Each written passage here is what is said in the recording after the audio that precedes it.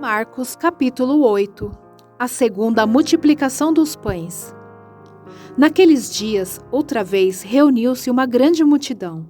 Visto que não tinham nada para comer, Jesus chamou seus discípulos e disse-lhes: Tenho compaixão desta multidão. Já faz 3 dias que eles estão comigo e nada têm para comer. Se eu os mandar para casa com fome, vão desfalecer no caminho, porque alguns deles vieram de longe. Os seus discípulos responderam: Onde neste lugar deserto poderia alguém conseguir pão suficiente para alimentá-los? Quantos pães vocês têm? Perguntou Jesus. 7, responderam eles. Ele ordenou à multidão que se assentasse no chão. Depois de tomar os 7 pães e dar graças, partiu-os e o entregou a seus discípulos, para que o servissem à multidão, e eles o fizeram. Tinham também alguns peixes pequenos. Ele deu graças igualmente por eles e disse aos discípulos que o distribuíssem. O povo comeu até se fartar. E juntaram 7 cestos cheios de pedaços que sobraram. Cerca de 4.000 homens estavam presentes. E tendo-os despedido, entrou no barco com seus discípulos e foi para a região de Dalmanuta. Os fariseus pedem um sinal. Os fariseus vieram e começaram a interrogar Jesus. Para pô-lo à prova, pediram-lhe um sinal do céu. Ele suspirou profundamente e disse: Por que essa geração pede um sinal milagroso? Eu lhes afirmo que nenhum sinal lhes será dado. Então se afastou deles, voltou para o barco e foi para o outro lado. O fermento dos fariseus e de Herodes. Os discípulos haviam se esquecido de levar pão, a não ser um pão que tinham consigo no barco. Advertiu-os Jesus: Estejam atentos e tenham cuidado com o fermento dos fariseus e com o fermento de Herodes. E eles discutiam entre si, dizendo: É porque não temos pão.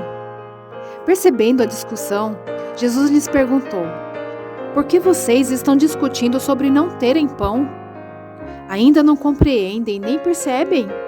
O coração de vocês está endurecido? Vocês têm olhos, mas não veem? Têm ouvidos, mas não ouvem? Não se lembram? Quando eu parti os 5 pães para 5.000, quantos cestos cheios de pedaços vocês recolheram? 12, responderam eles. E quando eu parti os 7 pães para os 4.000, quantos cestos cheios de pedaços vocês recolheram? 7, responderam eles. Ele lhes disse: Vocês ainda não entendem? A cura de um cego em Betsaida. Eles foram para Betsaida, e algumas pessoas trouxeram um cego a Jesus, suplicando-lhe que tocasse nele. Ele tomou o cego pela mão e o levou para fora do povoado. Depois de cuspir nos olhos do homem e impor-lhe as mãos, Jesus perguntou: Você está vendo alguma coisa? Ele levantou os olhos e disse: Vejo pessoas, elas parecem árvores andando. Mais uma vez, Jesus colocou as mãos sobre os olhos do homem. Então seus olhos foram abertos e sua vista lhe foi restaurada, e ele via tudo claramente. Jesus mandou-o para casa dizendo: Não entre no povoado. A confissão de Pedro. Jesus e os seus discípulos dirigiram-se para os povoados nas proximidades de Cesareia de Filipe. No caminho, ele lhes perguntou: Quem o povo diz que eu sou? Eles responderam: Alguns dizem que és João Batista, outros Elias, e ainda outros um dos profetas. E vocês? Perguntou ele. Quem vocês dizem que eu sou? Pedro respondeu: Tu és o Cristo. Jesus os advertiu que não falassem a ninguém a seu respeito. Jesus prediz sua morte e ressurreição.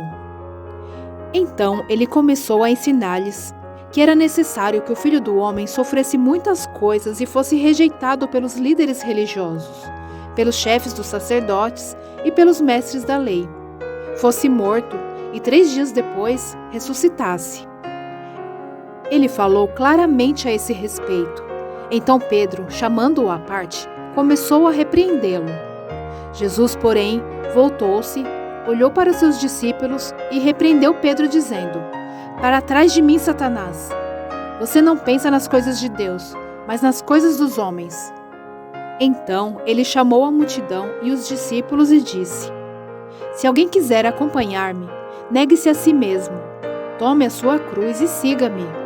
Pois quem quiser salvar a sua vida, a perderá. Mas quem perder a sua vida por minha causa e pelo Evangelho, a salvará.